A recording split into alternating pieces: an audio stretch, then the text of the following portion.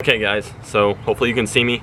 Quick intro here. We are out here with the first gen, and I didn't video it, but I went to a pick and pull here local to Paris. Big shout out to Mr. Brock Miller.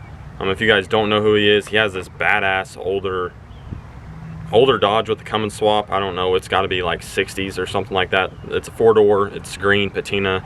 I think he's a page owner of Rusted and Busted Mopar trucks or something like that. I don't know, but it's kick-ass. But he gave me the lead on this. There was a fender at the pick and pull, literally got it for 50 bucks. It is cherry. I will show you guys it once we get it on here, but right now we're gonna try and do this by ourselves. I'm gonna have to undo the hood on this side, and then we will obviously get it remounted whenever the new fender's on. I do have 2 of the front bolts out and got the grill off, but figured I could start recording now and try and save a little bit of our battery. But we're just gonna hop right into it. I know it's nothing crazy or cool, but it is wrenching on the first gen, and we don't ever really get to do that anymore, so we're at least getting to swap out a fender and getting a little bit better look, and it's another step in the right direction, because as long as all these body panels will bolt on and stay on, we can make a pass, and that's all that matters. So as of this week, I think at the end of the week, Logan Yelton is going to be wrapping up my trans over at Logan Built, and then here pretty shortly, I don't know which weekend, Cole I don't think could do it this weekend, but we're going to put our short block together. So I know I've been saying that for a while, but it's finally here basically. So we're going to be doing all that stuff, and then it's just going to be on to small stuff. So I'm really hoping to make a pass at Scheid. I want to get it dialed in down here. Obviously I want to have it ready to go for Scheid, but we're going to do our absolute best. So let's get to this fender.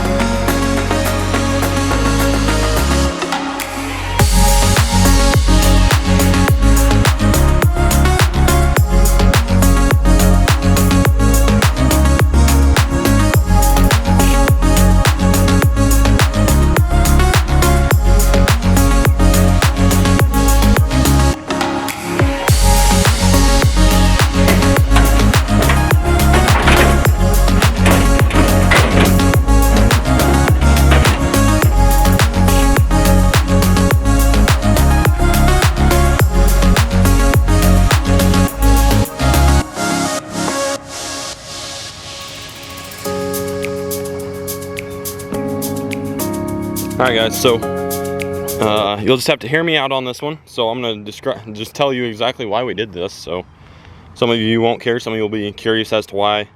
Because we took a little bit of time to cut this fender right where we needed it and stuff. But essentially, all in all, for 50 bucks and less body work, you know, I'll take it. So that panel we were going to have to weld on. So this panel we obviously don't have to do any welding.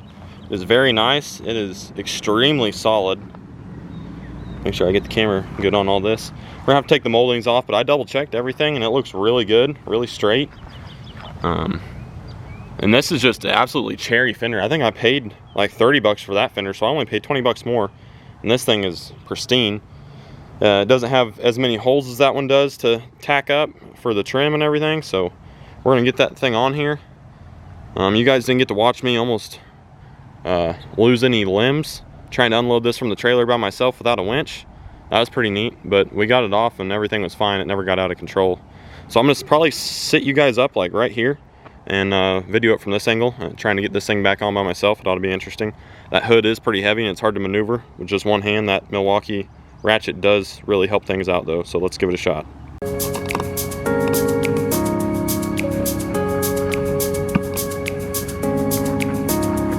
Alright guys, so let's give this thing a go and see if we can do it.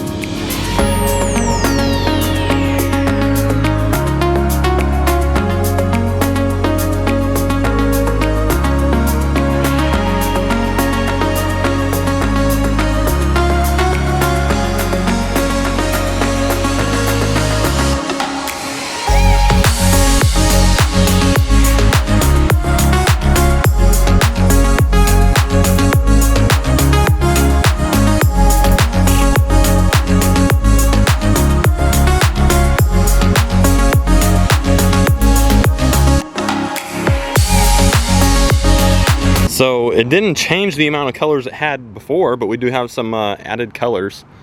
It is kind of funny, just about, the bed looks really good, but the rest of it is not complete, obviously. But we did get it back on here. I know, probably, like, you're probably thinking, yeah, duh, Gavin, of course you got it back on there, it's not that hard, but the hard part isn't until we bolt the hood back on. We're gonna try and line those up and get those started. Without two hands, it is definitely hard, and we're gonna try and get this inner fender liner back up, at least one bolt in there to hold it all up. Obviously our gap is a little wide, but we are a little bit forward. Everything did fit good though. Man, this is just a way better fender overall. Everything, even though this is even smooth. Usually that's, no matter what, that's a little warped up, but I'm definitely happy with it. We will kind of get this thing fitted up and get some bolts in here. We'll be good to go. That'll complete my little daily project for this thing, and I need to do video over the new setup on the OBS, and we did a full paint correction on it. It looks pretty good, but that'll work. All right, guys, I'm gonna pick you up real quick. Just like I said, I don't know, I didn't film that part, but it isn't easy. I mean, it only took me 5 minutes or so, but getting some of these lined up by yourself and these holes in the hood, getting these adjusted is actually fairly hard. So you can see our gap on this side. I mean, it's not bad, but it is wide. It matches the cowl, but it does get wide here at the bottom. So obviously on this side, she does get tight, and it does touch down here. None of these panels, I mean, this one isn't even tight, but none of these are really adjusted. They're just on there so I could haul it down here. So I'm gonna try and tuck this side. I'm gonna try and pull this mount closer over here and attempt to make this hood shut, and then I'll probably put another bolt right up top here to kind of help it keep place. But besides that, I've got the inner fender up, so it's not hanging anymore. You guys can see that. And yeah, so not too bad. I'd say I'm very happy with this purchase. Did pretty solid. The height that this thing sits at, I really do like it. Some have told me, since it's two-wheel drive and I'm just gonna be racing a lot, that I should take the leveling kits out and drop the rear down, but you guys know me. I want to be able to clear a good looking tire and wheel setup too. Obviously these, I don't even know if they would clear, but I really want a set of stock Steelies, but in 16x10 with like a 285. We might have to downsize a little bit from that to clear good, but something like that would be really cool. Still considered old school, a little bit of a factory look, but completely rip. That's what we're after. So you guys know how it goes. I'm gonna try and adjust this a little bit more, and we will wrap this thing up.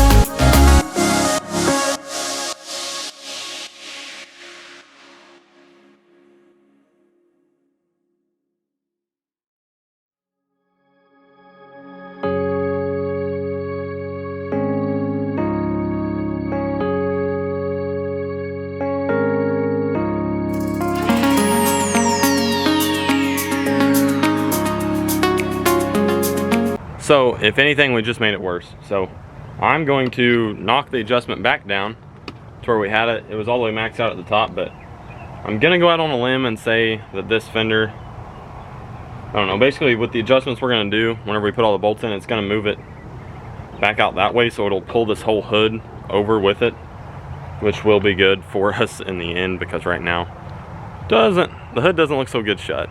But I'm gonna move the adjustments back down, shut the hood as much as I can, put the grill back on, all that stuff. So I was gonna say it's almost 8 o'clock here. The sun is still out, but I usually try and go to bed by 8:30 because I gotta get up early for work, so this ought to be interesting, but it'll be a late one. I'll try and edit some video tonight, but yeah. Put this back down.